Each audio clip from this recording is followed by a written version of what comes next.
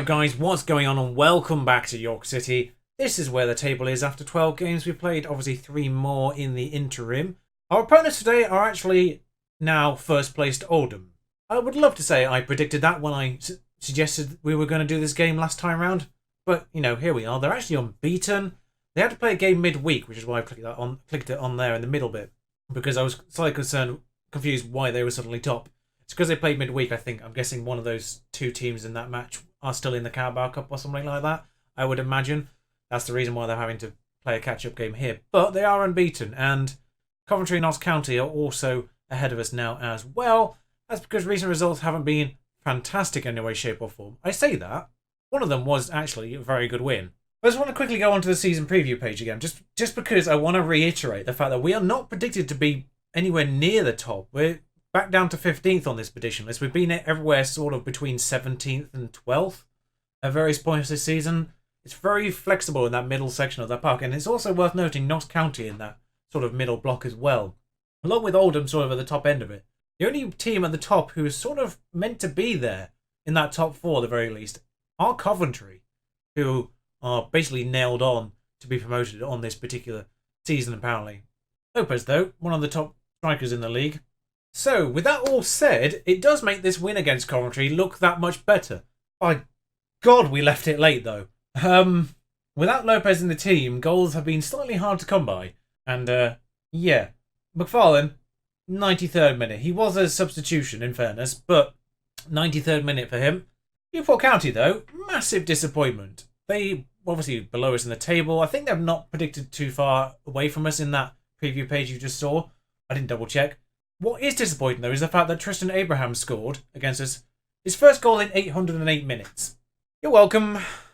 And then Northampton, possibly actually the most disappointing of all. Now, of course, being away from home, though, does sort of soften that blow a little bit, but they are in the relegation spot. They've not won a game at all. They have 7 draws, so we've added to that, in fairness. Just a very disappointing match all told. Now, one thing I don't particularly understand is the fact that Callum Russell ended that match with an 8.3. Despite the fact that nobody scored or did literally anything, really. A couple of defenders on 7 pluses as well, including Abate, who I have started starting a few matches, just because there's been a few matches thick and fast.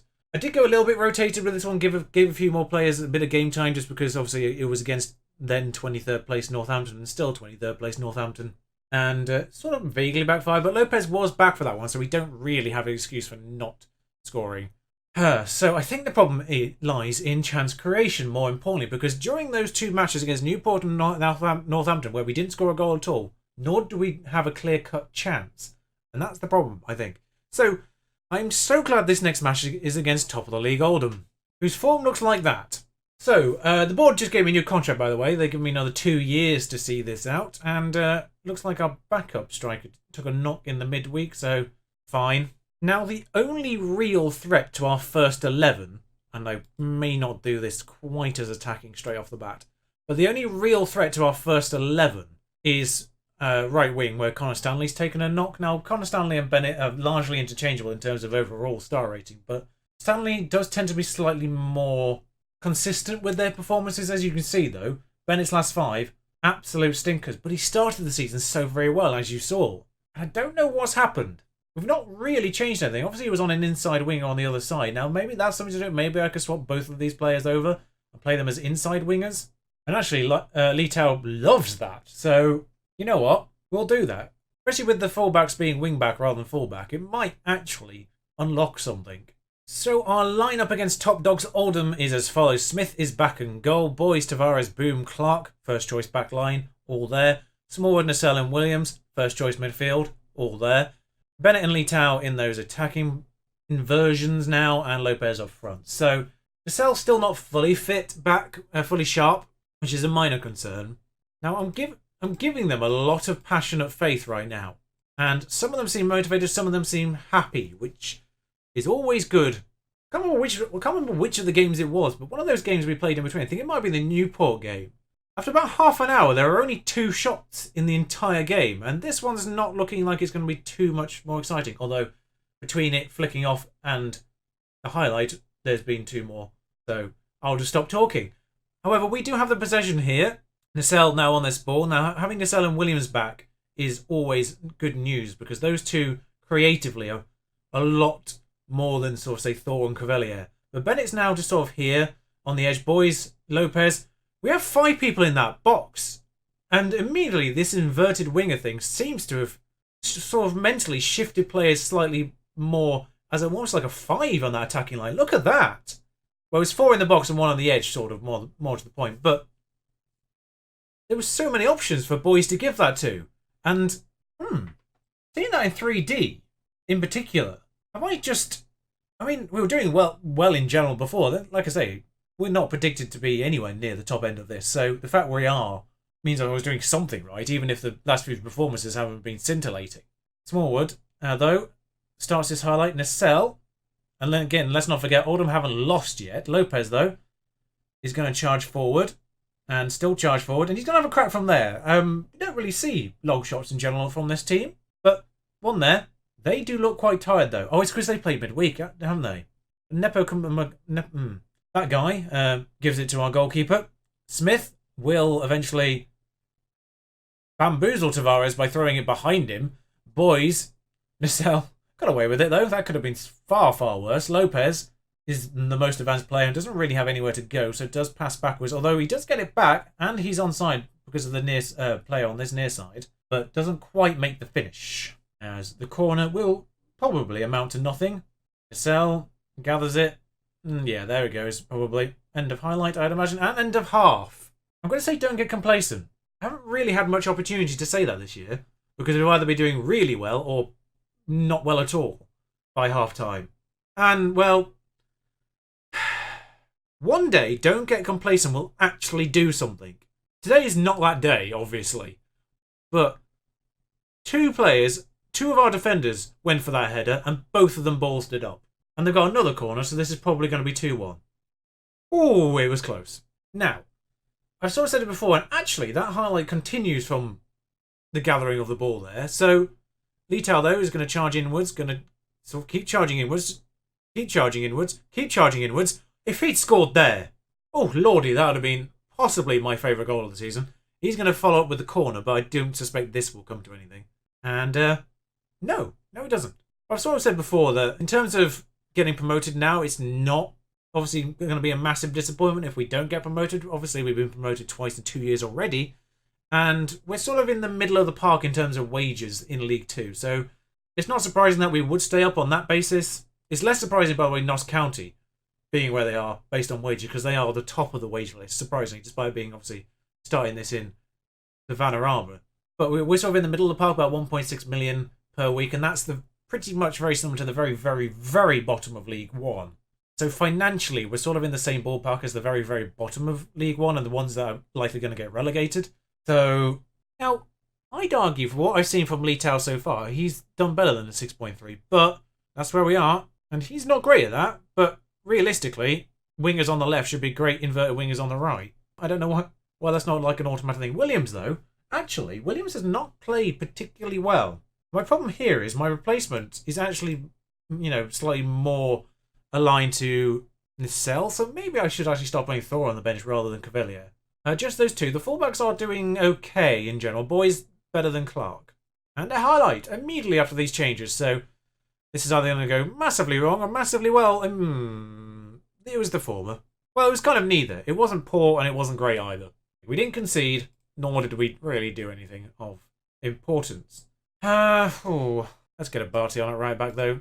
A little bit of experience in this squad. A little bit of leadership. See us through these last 10 minutes. Maybe we can get something out of this game.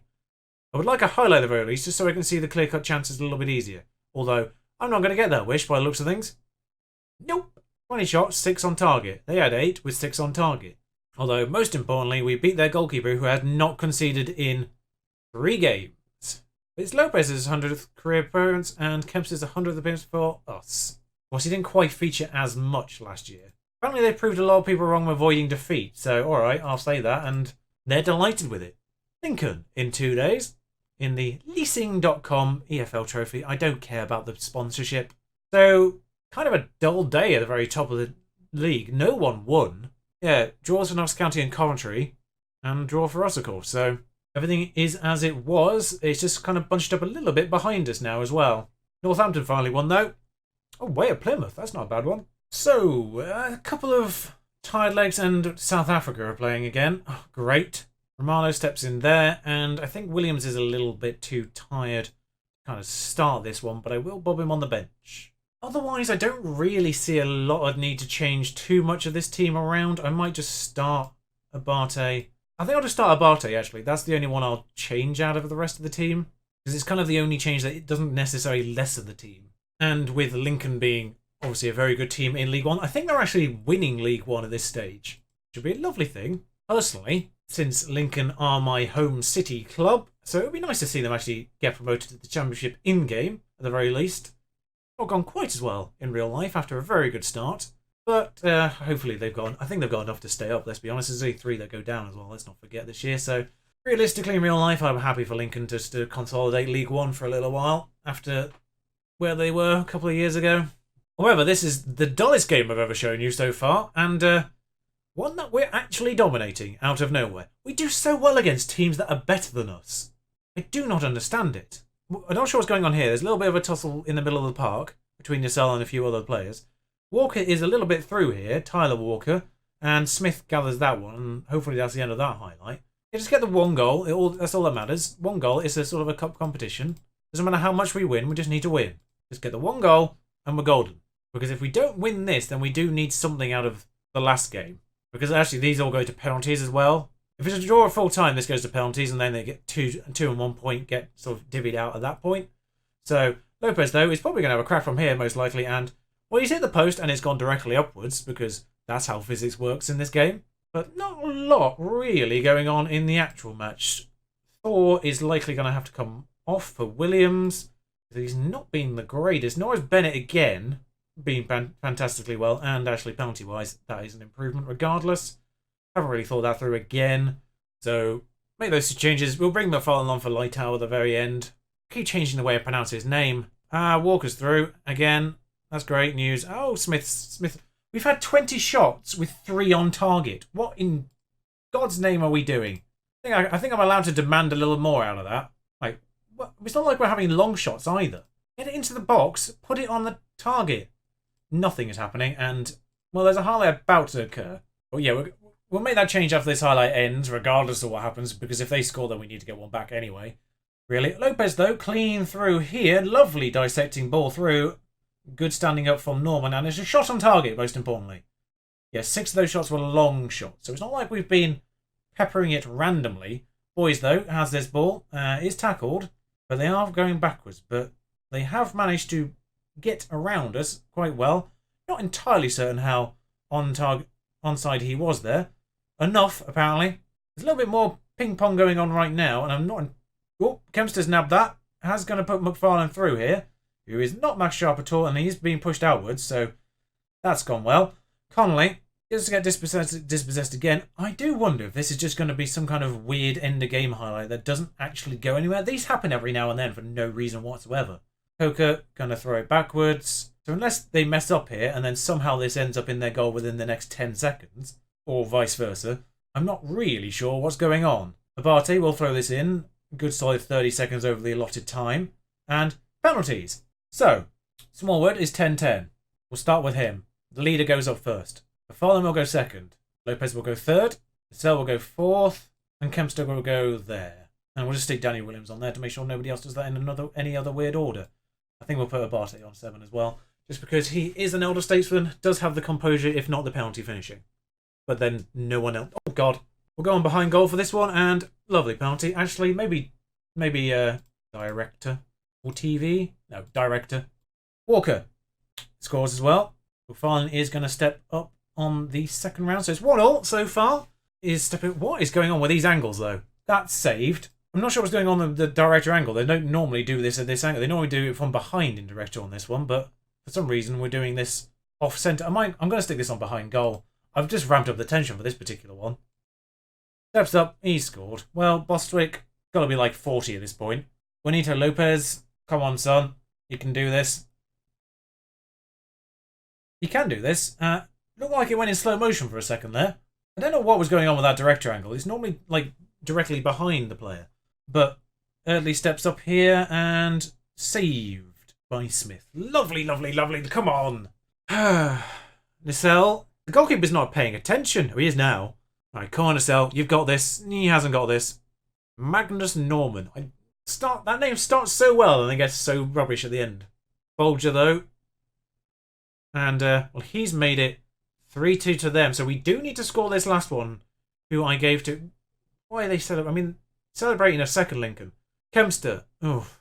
Now, I wish there was someone with slightly more composure. Kempster. Come on, Kempster. I've kept my faith in you. I nearly let you go after season 1, but you've... Yes! Kept us in it. Although we do need this to miss or be saved. Now, no matter what happens here, we do get 1 point out of this, so bare minimum, we end up on those 4 points it's actually got us on already. Lincoln just get an extra one to make it 3 points. But it does mean we would need a result against Bolton to actually progress through this. Oh, yes, sorry, I forgot which way around, because we play in blue as well. I forgot which way around we were there. Things continue. Williams. Oh, I got confused by the blue kit. He's still walking back. He's abject. Oh, Williams, that went under. This is so much more terrifying in behind the goal because it's not immediately certain it's gone in when it goes towards the goalie. It's gone under him. We're fine. We're great. Everything. Right, so now they need to score to actually stay in this. But if we get the extra point here and end up on 5, then everything's fine. Because Lincoln can only get to 5. And I think head-to-head factors in there at some point. I will double-check on the head-to-head thing.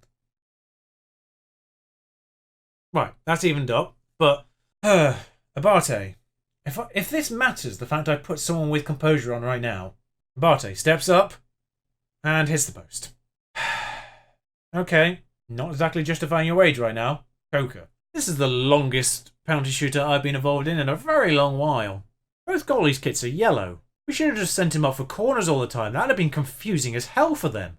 Coker steps up and scores. They're through. Well, I say they're through. It's not a knockout situation, but now we need to get something out of the Bolton game. I'm proud of the performance mostly. I mean, obviously chance conversion, chance on target conversion, also importantly, slightly lacking. But yeah, I would like to just say that our two teams with us in that group are Bolton and Lincoln, who are both League One opponents. Unlike some of the other groups. Lincoln actually well ahead of this stage. The fact we actually got them 2 penalties is actually more impressive than it first looks now I look at this. Well, the run doesn't look fantastic at this stage, but you do have to factor in the quality of the opponents for these last 2 that you just saw, of course.